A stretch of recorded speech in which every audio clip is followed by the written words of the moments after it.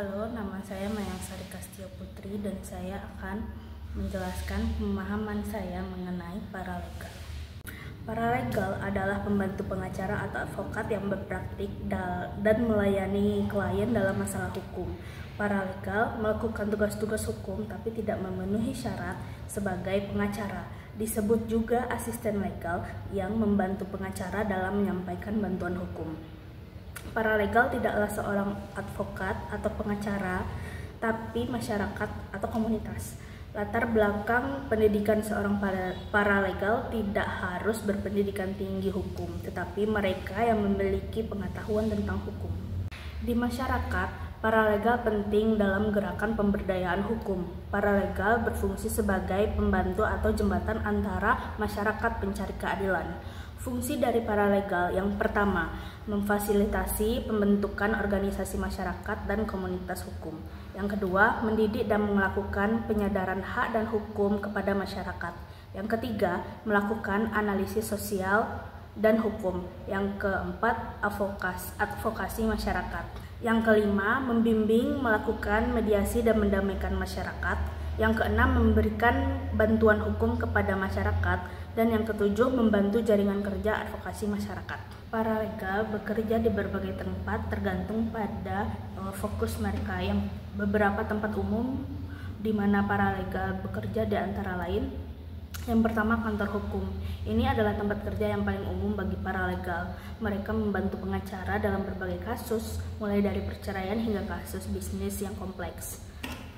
Paralegal membantu pengacara dalam berbagai tugas seperti yang pertama, riset hukum, yaitu mencari dan menganalisis hukum yang relevan dengan suatu kasus. Yang kedua, pengelolaan dokumen, yaitu mengatur dan menyimpan dokumen-dokumen hukum. Yang ketiga, komunikasi, di mana paralegal berinteraksi dengan klien, pengadilan dan pihak terkait lainnya. Yang keempat, pekerjaan administratif, yaitu melakukan tugas-tugas administratif seperti membuat surat dan mengatur jadwal, dan juga lainnya. Paralegal membantu meringankan beban kerja pengacara sehingga pengacara dapat fokus pada aspek hukum yang lebih kompleks.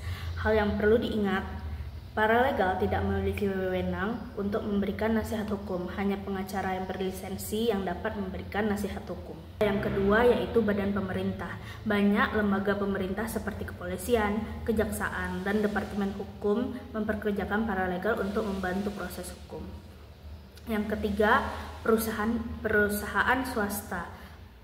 Perusahaan besar seringkali memiliki departemen hukum sendiri yang memperkerjakan paralegal untuk menangani masalah hukum internal.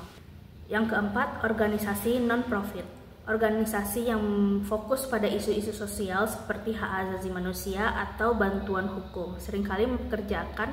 Mereka seringkali memperkerjakan paralegal untuk memberikan bantuan hukum kepada masyarakat yang membutuhkan.